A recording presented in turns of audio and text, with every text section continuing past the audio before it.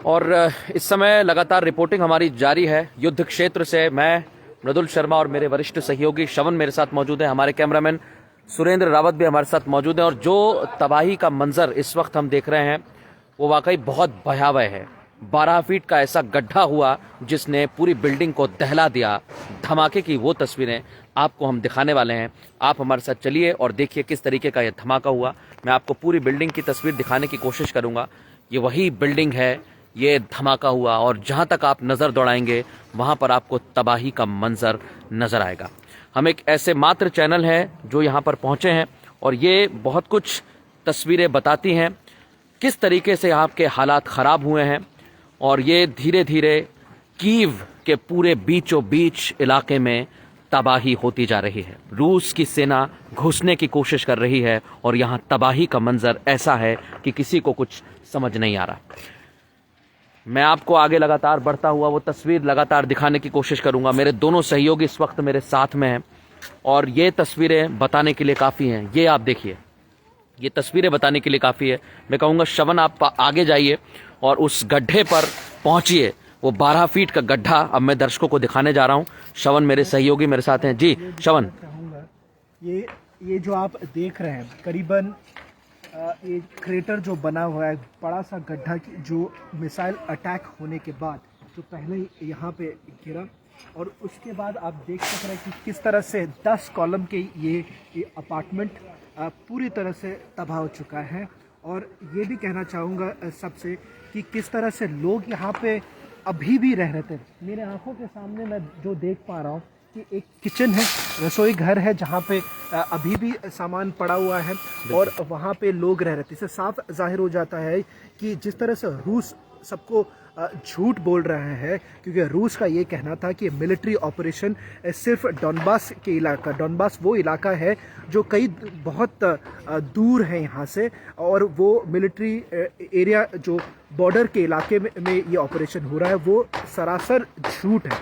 इसके पीछे कारण एक है, जिस तरह से रिपब्लिक मीडिया नेटवर्क कीव पहुंचा, कल हमने अपना सफ़र तय किया, खार्किव से शुरुआत की 500 किलोमीटर की दूरी, और जब हम कीव करीबन रात के 12 बजे पहुंचे, बहुत ही मुश्किल था अंदर घुसना, क्योंकि लगातार हम ये देख रहे थे कि अंदर घुसने में कितना मुश्किल हो रहा था। और उसके बाद 4 बजे जब रिपब्लिक मीडिया नेटवर्क की टीम सडनली हम लोग जाग चुके थे, क्योंकि हमने सुना कई सारे ऐसे धमाके हो रहे थे। आज सुबह तक कई 3 डज़न मिसाइल अटैक्स हो चुके हैं।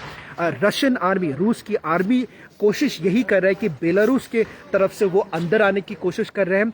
टैंक्स कीव के अंदर आ सकते हैं। रिपब्लिक मीडिया नेटवर्क से एक जो सटीक खबर आपको मिल रही है, क्योंकि हम यूक्रेन के मिनिस्ट्री ऑफ डिफेंस से जो सीधे तौर से हमें जो खबर आ रही है, क्योंकि हमने उनको लिखा था कि हमें इंफॉर्मेशन दिया जाए ताकि हम सटीक तरीके से पूरे विश्व में सबको दिखा पाए कि आखिरकार यहाँ पे हो क्या रहा है। उनके मुताबिक लगातार कई ऐसे इलाके हैं जहाँ पे रूस की आर्मी घुस चुकी है, पर एक मुंह तोड़ जवाब दिया जा रहा है। टैंक्स को बर्बाद किया है यूक्रेन आर्मी ने, कई सारे ऐसे फाइटर जेट से अटैक, हेलीकॉप्टर्स। आज सुबह जब मृदुल आप बताना चाहेंगे, जब बिल्कुल आप लाइव कर रहे थे, जब आपने अटैक हेलीकॉप्टर्स देखे? बिल्कुल, मैं बताना चाहूँगा कि हमने आसमान में उड़ते हुए फाइटर जेट देखे हैं, और जो रात का वक्त था जब हम मौजूद थे एक ऐसे इलाके में जहां डर का माहौल भी था और हमें ये डर था कि कब कहां पर अटैक हो जाए। तो उसके बाद ये तस्वीर सामने आई थी। मैं फिर ये तस्वीर दिखाने की कोशिश करूंगा दर्शकों को, और ये तस्वीरें पूरी दुनिया को देखनी चाहिए। पूरा विश्व इस तस्वीर को देखे और भारत में जो लोग रह रहे हैं वो इस तस्वीर को देखकर ये सोचे कि आपके कई लोग यहाँ पर मौजूद हैं, कई लोग यूक्रेन में यहाँ पर मौजूद हैं। मैं रावत जी कुछ ऐसे तस्वीरें देखे, मैं ये हमारे सहयोगी हैं। एक चीज दिखाना चाहता हूँ कि देखिए किस तरह से बच्चे यहाँ पे, बच्चे इस इलाके में हैं, बिल्कुल, और किस तरह से लोग बाहर आ चुके हैं। ये एक प्लेग्राउंड है मृदुल, ये एक प्लेग्राउंड है जहाँ पे ये अटैक हुआ। क्या लोगों को ये नहीं लगता कि इस युद्ध से आखिरकार जिस सबसे ज्यादा किसी को अगर कष्ट होता होगा वो इन लोगों को, ये बच्चे के ये वाकई ये तस्वीर दिल को दहला देने वाली तस्वीरें है। ये बच्चे, छोटे छोटे बच्चे, इनको समझ नहीं है, लेकिन इनके पीछे जो मंजर है, अभी भी उनके मुस्कुराहट, उनके ये मुस्कुराहट ही है जो यूक्रेन को इस समय लगातार जो तमाम लोग हैं यूक्रेन के वो हिम्मत दे रहे हैं। इसी मुस्कुराहट के चलते वो इस पूरे भयावह मंजर को भूलना चाहते हैं। लेकिन ये तस्वीरें, मैं कहूँगा श्रवण आप आगे आइए मेरे साथ और हम एक आखिरी बार वो गड्ढा दिखाने की कोशिश करूंगा। मैं वही कहना चाह रहा हूँ कि रावत जी आप सामने आइए, दर्शकों से बताइए जो हमारे फेसबुक और सोशल मीडिया पे दर्शक हैं, क्योंकि आप लगातार कैमरा हर जगह हर एक तस्वीर दिखा रहे हैं। फाइटर जेट भी आपने देखा, टैंक आपने देखा, लेकिन इस तस्वीर को देखने के बाद क्या कहेंगे? यहाँ जब मैं आया यूक्रेन में तो यहाँ के लोग बहुत अच्छे हैं और लेकिन उनके साथ में इस तरह का जो हुआ है वो इससे बड़ा दुख होता है। लोगों के घरों को पूरी तरह बर्बाद कर दिया गया है और इतनी ठंड में और उनके पूरे आशियाने बर्बाद हो गए हैं। अभी भी लोग अंदर हैं। अभी लोग अंदर है और वो छोटी छोटी चीज़ों को अभी भी उठा रहे हैं, समेट रहे हैं, कुछ समेटने की कोशिश कर रहे हैं कि इसमें से कुछ हम इधर आइए थोड़ा दिखाना आप देख सकते हैं लोग अंदर घुस वो समेटने की कोशिश कर रहे हैं। तो इस तरह से बड़ा दुख होता है इसको देख के। बिल्कुल। और ये देखिए कुछ लोग जो यहाँ अपने सामान को समेट रहे हैं, वो देखना बहुत ज़रूरी है आपके लिए। देखिए उनके नज़रों में मतलब आशा है अभी भी कि हम अभी इन ऐसे खंडर बना दिया जा गया जो उससे भी हम इस पूरी तबाही में वो क्या बचा लें, वो क्या अपने साथ ले जाएं, क्योंकि कुछ बचा नहीं है, सब कुछ तबाह हो गया है। इस धमाके के बाद सबका दिल दहल उठा और मैं एक एक तस्वीर कोशिश करूंगा दिखाने की। देखिए उस साइड देखिए एक शख्स अपने घर में किस तरीके से यहाँ कोशिश कर रहा है कि वो सामान को निकाले। एक ऊपर तस्वीर में दिखाने की कोशिश करूंगा। ये देखिए ये देखिए जैकेट आपको तस्वीरों में नजर आ रही होगी। इस जैकेट को देखकर आप सोचिए कि कोई उस समय अंदर था, लेकिन एकाएक ऐसा धमाका हुआ जिसने सब कुछ शांत कर दिया। किसी को कुछ समझ में नहीं आया, किसी को समझ नहीं आया कि वो आखिर करे क्या। अपने घर से इस सामान को फेंक रहे हैं, लेकिन इनकी उम्मीद अभी भी बाकी है श्रवण। इनकी उम्मीद जो है वो नहीं टूटी है, इनका आशियाना टूट गया है, ये उम्मीद नहीं टूटी है। ये लोग सो रहे थे, ये धमाका हुआ रात के सुबह के करीब 4 बजे करीब 4 से 5 के बीच में मैं इस धमाके की आवाज़ सुनकर मेरी नींद खुली और ये लोग भी सो रहे होंगे और अचानक इनको आशियाना पूरी तरह से उजाड़ दिया गया।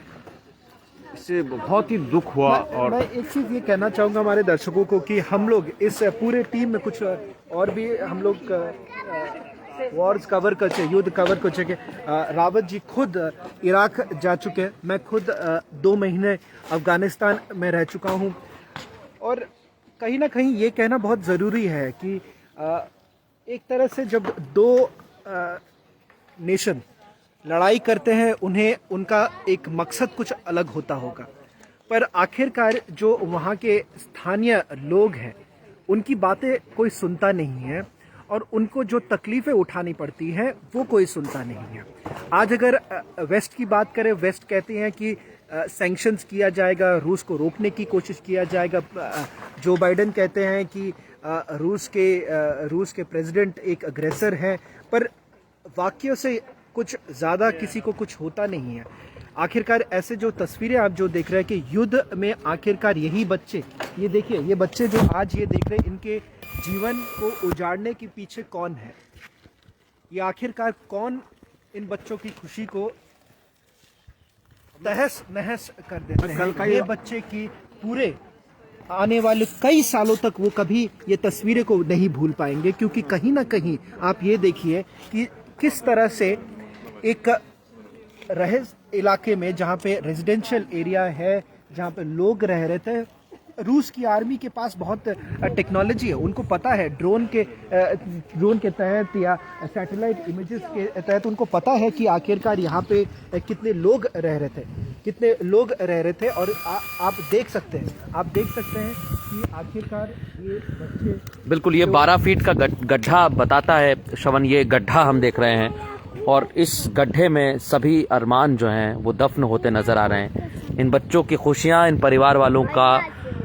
पूरा जीवन इस पूरे धमाके में तबाह हो गया। ये देखिए आप, ये तस्वीरें दिल को दहला देंगी और ये पूरे विश्व भर में तस्वीरें देखनी चाहिए। मैं चाहूंगा कि जो भारत के लोग हैं जो हमें सुन रहे हैं वो इसको वहां तक पहुंचाएं कि इंसानियत जो है वो जिंदा रहे। इस तरीके के युद्ध से कुछ नहीं होने वाला। ये देखिए ये बच्चे, इनको कुछ नहीं पता है, लेकिन मैं चाहूंगा कि ये तस्वीर आगे तक पहुंचे और जो जिस तरीके से कहा जा रहा है कि रिहायशी इलाकों में लोगों को नुकसान नहीं पहुंचाया जा रहा है। हम कोशिश ये करेंगे। बहुत लोग ये बोलेंगे कि आखिरकार हम क्या दिखाने की, हमारा मकसद क्या है।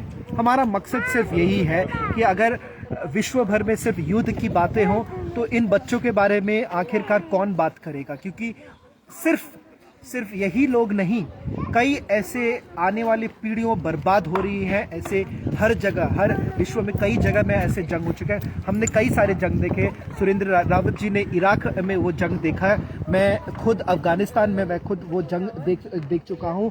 और कहीं ना कहीं एक पत्रकार होने के कारण मुझे जो लगता है मृदुल, ये हो जाता है कि हम एक तरह से अंग्रेजी में कहते हैं नंब हो जाना, और उसके बाद हमें समझ में नहीं आता कि आखिरकार इन लोगों को, जिन लोग सफ़र कर रहे हैं, उनके ऊपर क्या बीतती होगी। आज हमने यही कोशिश की कि हमारे रिपोर्टिंग के अलावा आप सबसे, हमारे सब प्यारे दर्शकों से हम ये सीधे तरह से बात करें। इसके पीछे कोई कारण नहीं है, इसके पीछे कोई द्वेष नहीं है, और हम यही चाहेंगे कि आप ये बात को समझें, आप ये चीज़ को उठाएं, आप अपनी आवाज़ उठाएं, क्योंकि एक तरह से यूक्रेन के जितने लोगों से हम बात कर रहे हैं, हम ये कहना चाहेंगे कि बहुत ही प्यारे लोग हैं, ऐसे लोग हैं जो लगातार हमें मदद करें इस वक्त में, इस कठिन वक्त में भी वो किस तरह हमें खाना, हमें पिलाना, पानी पिलाना, या फिर अगर हमें ठंड लग रही है तो हमें ये बता देना कि आप यहाँ चले जाइए।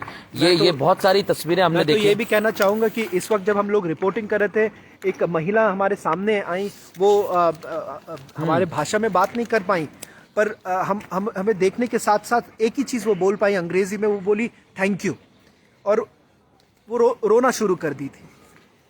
वाकई तो इसके पीछे मैं ये क्यों आपको कहना चाह रहा हूँ, मैं इसलिए आपको कह रहा हूँ क्योंकि कहीं ना कहीं जो ये यूक्रेन के जो लोग हैं, एक छोटी सी देश है, यूएस के टेक्सास की साइज की एक छोटी सी देश है, और इनकी बातें सुनने के लिए बहुत कम है। रूस की बातें सुनने के लिए कई लोग होंगे। रूस आखिरकार एक बहुत ही पावरफुल नेशन है, बिल्कुल, और कहीं ना कहीं बहुत सारे देशों के साथ डायरेक्ट लिंक रह चुका है उनका।